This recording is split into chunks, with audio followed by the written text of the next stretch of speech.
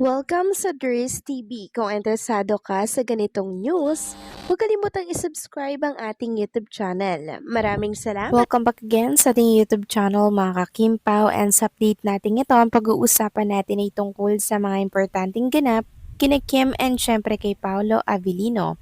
So pag-uusapan natin sa update na to ay may kaugnayan nga mga kakimpaw sa kinaloka po ng lahat about kay Chinita Princess mga kakimpaw na flight to Hong Kong para daw dito. Yan ang pag-uusapan at lilinawin po natin mamaya. Kasama na din po ang iba pang ganap kina Kim and Paolo mga kakimpaw. Ngayong araw po yan ng linggo or ngayong hapon or ngayong gabi. Pero bago pong lahat, maraming salamat po sa inyong patuloy na pagsuporta at pagsubaybay sa mga daily update natin. Kaya naman bilang pasasalamat, narito po ang isang napili kong komento patungkol ito sa naging previous update. Mula ito kay Ginang Nenita, sabi niya dapat bigyan ng chance si Paolo. Alam ko na leksyon na yan ni Kim sa mga ex niya at bakit nahulog ang loob ni Kim kay Paolo. Baka nakita niya na si Paolo lang ang nagbigay sa kanya ng halaga. Kay Paolo lang nakita niya ang minahal siya ng sobra-sobra at pinakita ni Paolo kung ano ang mga bad behaviors niya noon. Binago na niya lahat para mahalin siya ni Kim. Pinangarap niya yan si Kim Cho at minanifest niya at baka hiningi pa ni Paolo si Kim Cho kay God. Dahil nang nasa buhay niya na si Kim, bakit ang laki ng pagbabago ni Paolo at binago niya lahat? Maraming magagawa ang taong umiibig ng totoo. Tama po kayo dyan, Ginang Nenita. Tumpak ang inyong naging komento patungkol dito kay Paolo Avellino. Hindi po lahat kayang magbago para lamang po sa isang babae. Ibig sabihin lamang nito, tunay at tapat ang pagmamahal ni Paolo para po kay Chinita Princess. Kung inyong natatandaan mga kakimpaw, mariing sinabi ni Chinita Princess sa It's Showtime na this time mga kakimpaw, dapat mas mahal daw siya ng lalaki kesa mas mahal niya. So meaning, mas mahal siya ni Paolo Avellino kesa mas mahal niya si Paolo, di ba? So dun pa lang talagang nakakasigurado si Chinita Princess sa pagmamahal ni Paolo para po sa kanya. Para nga naman hindi na po siya iwanan, di ba? Ayon nga po kay Ginang Nenita, siguro pinakita ni Paolo Avellino yung mga hindi po naipakita or na iparamdam ng mga naging ex ni Chinita Princess. Kaya nahulog po ng husto si Kim kay Paolo. 'Di ba? Genuine po kasi yung pagmamahal ni Paolo. 'Di ba mga kakimpaw? Kaya sana po iwag natin itong kino-question lalo na't sila po ang nagkakaintindihang dalawa. So maraming salamat sa inyong komento, Ginang Nenita. God bless po sa inyo at mabuhay kayo. So ito na nga pag-usapan na natin mga kakimpaw, mga topic po na nakalap natin sa update na to at unahin na nga nating pag-usapan.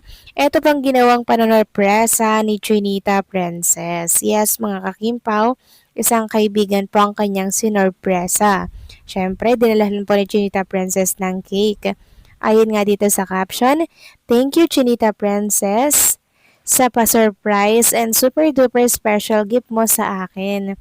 Di ko talaga in-expect. I love you always." So, hindi lang po pala cake. Meron din pong gift mga kakimpa mula kay Chinita Princess. Sobrang sweet talaga ni Kim no sa mga tao pong espesyal para sa kanya. Sabi nga dito, pay attention to the people who serve you. Thank them, look them in the eyes, speak kindly. Their job may be ordinary, but their humanity is not. So ayan, sobrang ano po ni Kim no, napaka-generous mga kakimpaw. Samantalang talakayin naman natin mga kakimpaw ang tungkol dito sa napapabalita po mga kakimpaw na flight daw ni Chinita Princess dito po sa Hong Kong. May katotohanan ba yan? Ito po kasing balitang ito ay nag-ugat dahil po dito sa Binondo photoshoot ni Chinita Princess na pumunta nga po siya sa maraming Lucky Charm, no? Then, mga Chinese po yung andun syempre, mga kakimpaw. So, meron siyang photoshoot doon para po yan sa 35 years ng Star Magic para po next year. Ngayon, meron po mga nagsasabi na ay baka sa Hong Kong yan. Pumlight si Chinita Princess with Paolo Avellino. Akala po nila nasa Hong Kong si Kim. Pero nasa Maynila, nasa Binondo lang siya mga kakimpaw. Sabi nga dito, ano kayang ganap ng ating prinsesa? Bili siya ng pang Lucky Charm? Wala po sa HK si Kim, hulaan nyo kung asan siya. So nasa Binondo yan mga ka-Kim Pao para po sa shoot niya sa Star Magic per 3 decades and half mga ka-Kim Pao. So wala po sa Hong Kong ha, sa Chinita Princess, sa mga nagsasabi po na flight daw si Kim sa Hong Kong. Wala mga ka-Kim Pao, kayo talaga. Mukha lang siyang nasa Hong Kong pero nasa Binondo lang siya. Hindi po kasi nagkakalayo ang itsura ng Binondo dito po sa Hong Kong, no? Parang iisa lang mga kakimpaw eh. Kaya talagang pagkakamalan si Kim na pumunta po sa ibang bansa. Pero hindi po, nasa Ongping lang yan, nasa Binondo lang po yan mga kakimpaw para po sa kaalaman ng lahat, okay? At ang It's Showtime naman bukas ay pre-recorded po, hindi sila live. Every Monday yan. So, Tuesday pa po sila magla-live mga kakimpaw. Samantalang talakayin naman natin ang tungkol dito kay Paula Avellino na kung saan kahit na nagsalita na po si Bianchi na hindi po totoo yung issue na inuugnay yung pangalan niya kay Paula Avellino, nababatikos pa rin si Paula Avellino ngayon. Sabi ng ilang mga supporters, bakit ngayon lang daw po nagsalita itong si Bianchi? Or bakit daw hindi nagsalita si Paolo noon pa man? Matagal na daw po kasing issue ito. Bakit daw ngayon lamang po nilinaw ni Bianchi or mismong ni Paolo Avellino?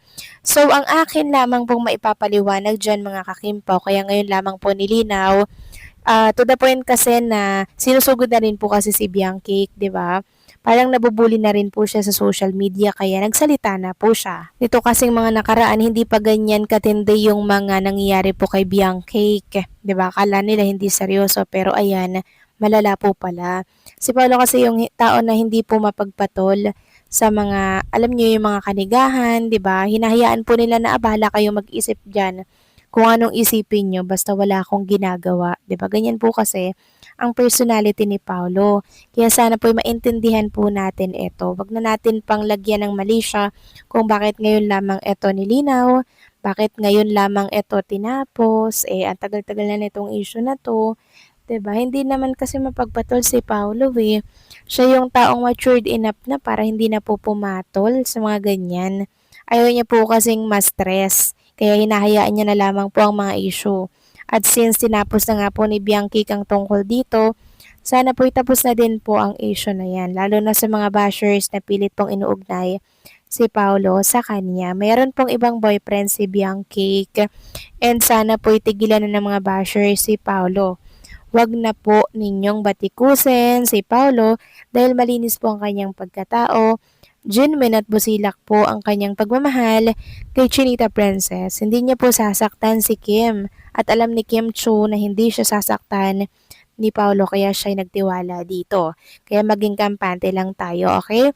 So paano mga kakim po, hanggang dito na lamang pong update natin at maraming salamat sa inyong patuloy na pagsuporta.